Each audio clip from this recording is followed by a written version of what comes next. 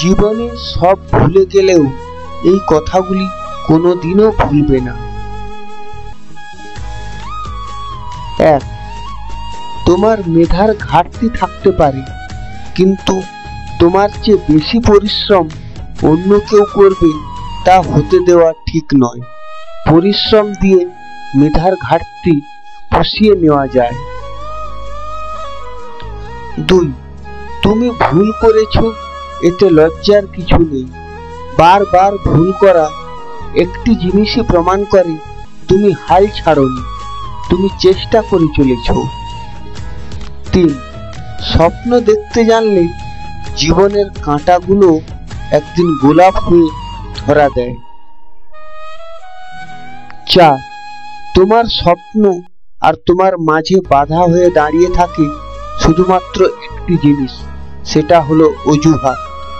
যখন থেকে তুমি অজুহাত দেখানো বন্ধ করে কাজ করতে শুরু করবে, সেই মুহূর্ত থেকে তোমার স্বপ্ন আর স্বপ্ন থাকবে না, সেটি বাস্তবে রূপ নিতে শুরু করবে। 5. তুমি যদি এখন থেকেই তোমার স্বপ্ন সত্যি করার পেছনে দৌড়তে না থাকো, একদিন অন্যদের স্বপ্ন পূরণ করতে তোমাকে দৌড়তে হবে। 6. তুমি তোমার নেশা আর পেশাকে এক করে ফেলো, তাহলে তুমি সৌভাগ্যবান হতে পারবেই।